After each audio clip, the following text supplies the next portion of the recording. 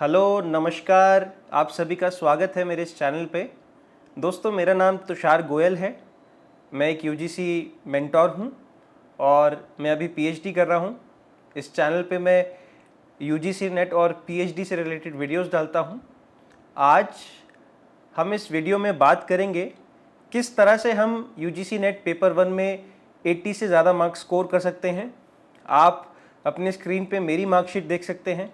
जब मैंने JRF qualify किया था, then I scored 84 marks out of 100 in the paper 1। और मेरे अपने एक्सपीरियंस से मैंने ये महसूस किया है कि if you score more than 80% in paper 1, there are more than 50% chances that you are going to get selected for JRF. आज हम 3 ऐसी मिस्टेक्स की बात करेंगे जो यूजुअली एस्पिरेंट्स करते हैं और पेपर 1 में यूजुअली कम स्कोर कर पाते हैं।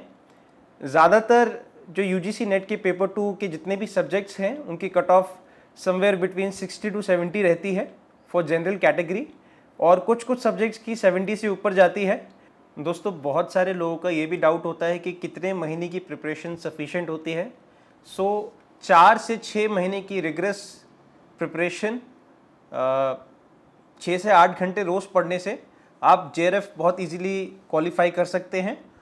अगर आप पेपर 1 में 80 से ज़्यादा स्कोर कर पाते हैं तो आप ऑलरेडी अपने दूसरे कॉम्पिटिटर्स से लीप्स एंड बाउंड से आगे हो जाते हैं। दोस्तों, जो सबसे पहली मिस्टेक मैं देखता हूँ जो लर्नर्स करते हैं, स्टूडेंट्स करते हैं, वो ये है कि वो कुछ भी बीच में से पढ़ना स्टार्ट कर देते हैं पेपर 1 के लिए। कभी टीचिंग एप्टीट्यूड का एक टॉपिक कवर कर लिया, तो कभी रिसर्च एप्टीट्यूड में सैम्पलिंग पढ़ लिया, कभी रिसर्च डिज़ाइन पढ़ लिया, कभी आईसीटी में नंबर सिस्टम कर लिया, कहीं एक आध जगह मैथमेटिकल एप्टीट्यूड का टॉपिक कर लिया। ये सबसे गलत स्ट्रैटेजी है पेपर 1 के लिए। जिस तरह से आप पेपर 2 को अप्रोच करते हैं उसी तरह से पेपर 1 में भी आपको पर यूनिट मेहनत करनी चाहिए। From basics and fundamentals chronologically cover करें। एक यूनिट पे कम से कम 10 से 12 दिन लगाएं। जब आप रिसर्च एप्टीट्यूड पढ़ रहे हैं तो उसको क्रोनोलॉजिकली करें, starting from the meaning and characteristics of research, then move to research paradigms, methods of research. So you can follow this chronology while preparing for paper 1. Start with research aptitude, then cover teaching aptitude, then communication, then logical reasoning.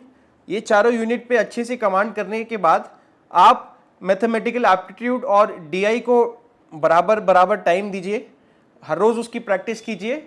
और जो static portion है people, environment and development का और higher education का, उसको आप exam से 2 या 3 महीने पहले स्टार्ट कीजिए, बिकॉज उसमें कॉन्सेप्ट कम होते हैं, जो स्टैटिक नॉलेज और लर्न करने वाली चीज़ें ज़्यादा होती हैं। तो by the end of your preparation वो चीज़ें आपको याद रहेगी, करंट अफेयर्स और research, teaching, communication and logical reasoning, ये कॉन्सेप्चुअल यूनिट ज़्यादा होती है, तो इनको आप स्टार्टिंग से कर सकते हैं। दूसरी जो सबसे बड़ी मिस्टेक और प्रॉब्लम मैं लर्नर्स के साथ देखता हूँ, मैथमेटिकल रीजनिंग और डीआई में उनका हाथ ढीला होता है। दोस्तों, 10 में से 8 स्टूडेंट्स जो यूजीसी नेट के लिए अप्लाई करते हैं या जो एग्ज़ाम लिखते हैं, वो डीआई और मैथमेटिकल रीजनिंग में इतने सक्षम नहीं होते और उसमें काफ़ी टाइम भी वेस्ट होता है अगर आपको ट्रिक्स नहीं आती। अगर आप पिछले 10 साल के कोई भी क्वेश्चन पेपर को उठा के देखेंगे तो जो भी मैथमेटिकल रीजनिंग का क्वेश्चन होगा, अगर आपको ट्रिक पता है तो आप उसको 45 सेकेंड्स से लेके 1.5 मिनट के अंदर सॉल्व कर सकते हैं। और अगर आपको ट्रिक नहीं पता तो कुछ क्वेश्चंस में आपके 4, 5, 6 से लेके 10 मिनट भी वेस्ट हो जाते हैं। सो डीआई और मैथमेटिकल रीजनिंग को सिर्फ इसलिए नहीं करना कि वो 20% मार्क्स की वेटेज रखता है, इसलिए भी करना है क्योंकि अगर आप उसमें अच्छे से सक्षम होंगे तो आप अपना टाइम भी अच्छे से मैनेज कर पाएंगे। तीसरी जो सबसे बड़ी मिस्टेक ये है कि एग्जाम से 1 महीने पहले कम से कम आपको 20 मॉक टेस्ट करने हैं। दोस्तों, 3 घंटे के इस पेपर 1 में आप 60 मिनट से ज़्यादा नहीं अफोर्ड कर सकते। जो तीसरी सबसे बड़ी मिस्टेक यूजीसी नेट एस्पिरेंट्स करते हैं वो ये है कि वो बिना मॉक टेस्ट दिए एग्ज़ाम में चले जाते हैं। दोस्तों, मॉक टेस्ट आपको एक एनवायरनमेंट सिमुलेट करके देता है एग्ज़ाम का। जब आप एग्ज़ाम में जाते हैं तो आपको आंसर सॉल्व करने के साथ साथ टाइम मैनेज करना बहुत ज़रूरी है।